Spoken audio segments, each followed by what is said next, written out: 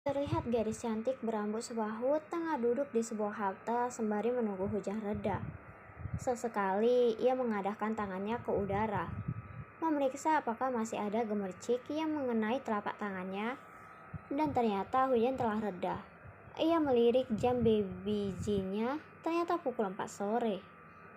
Gadis itu beranjak dari halte tersebut, berjalan menuju halte yang ada di seberang. Gadis itu berjalan dan menengok ke arah kanan dan kiri. Takut ada kendaraan yang lewat. Ia pulang terpaksa harus menaiki bus karena ongkosnya habis. Naik taksi pun jika dibayar di rumah, ia tidak bisa karena gadis itu benar-benar tidak ada uang. Berhentinya sebuah bus di hadapan gadis itu. Ia menaiki bus tersebut dengan earphone yang masih tergelantung di telinganya. Setelah sampai, gadis cantik bernama Misa Adeline Sunny ini melepas sepatu lalu kaos kakinya. Diletakkan kedua benda itu di rak sepatu yang telah disediakan di teras rumahnya. Misa mengecek ponselnya, lalu memainkannya sebentar sebelum ia pergi untuk mandi. Mira, dengar-dengar katanya minggu depan Erlangga mau ngadain pesta ulang tahun di rumahnya. Misa, serius loh? Pokoknya gue harus datang dan tampil beda, hehehe. Siren, giliran masalah Erlangga aja cepat, dasar. Misa, yang penting gue bahagia. Mira, apaan sih lo pada? Kalau diundang, haha.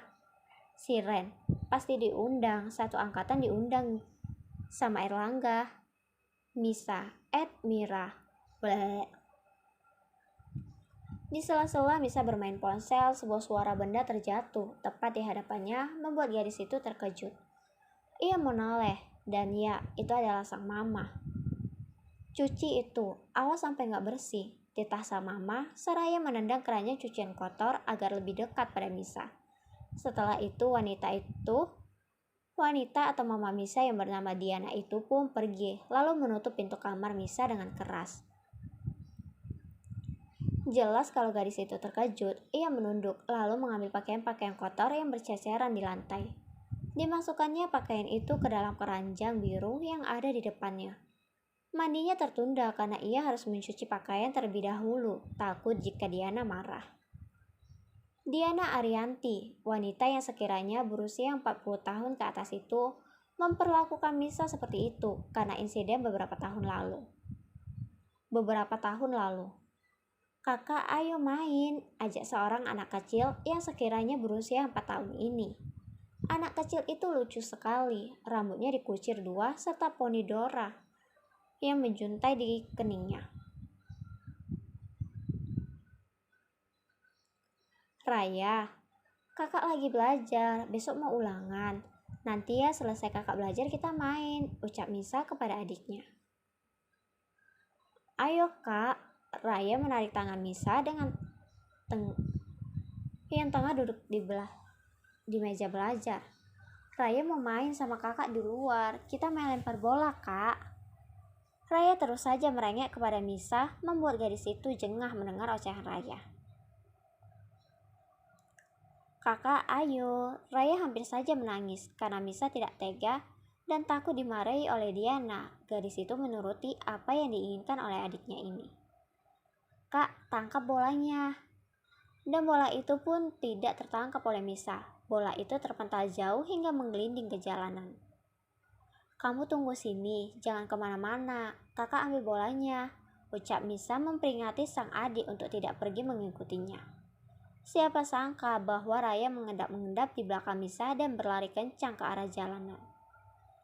Dari kejauhan nampak sebuah mobil melaju dengan cepat ke arah Raya, membuat Misa terkejut lalu berteriak, Raya, awas! Setelah kejadian tersebut, nyawa Raya tidak selamat, dan Diana menyalahkan Misa atas kejadian itu. Misa sudah menjelaskan, namun Diana tetap menyalahkannya. Menjelaskan secara detail pun percuma. Diana terlanjur menyalahkan Misa dan membenci gadis itu.